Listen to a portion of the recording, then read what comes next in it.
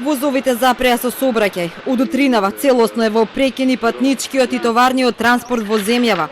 Машиновозачите се на работните места, но ја бойкотираат работата.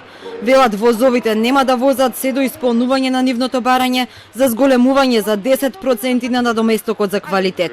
Бараме квалитетот, сега ни е 30%, да ни биде 40%. Просечната плата на машиновозачите во моментот е 18.600.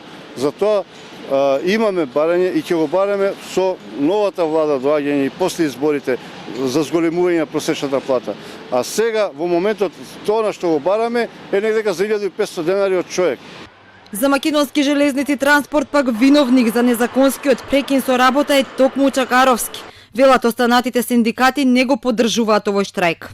Председателот на независен синдикат на машинскиот персонал Душко Чакаровски, кој без да достави соодветна документација се представува како представник на целокупниот машински извршен персонал, незаконски поттикне и предизвика прекин на работата. Министерот Сугаревски не гледа причина за бојкот. Тврди дека со сите зголемување на платите, овие работници имаат сериозни примања. За она што евентуално сакаат да бојкотираат е зголемувањето на коефициентот на квалитет за работа. Тој од 20 на 30% еднократно е покачен во декември и сега велиме пак 30 да види од јануари. Тие бараат 40. Ова се фактите. Јас не сакам да помислам ни во сон дека постои било каква друга политичка заднина или било каква.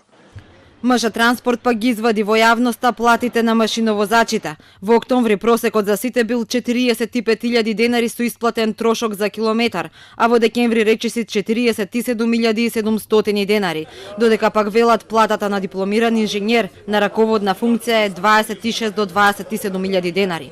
Но Транспорт не одговорија што ќе преземат и кога железничкиот сообраќај во земјава ќе се врати во нормала.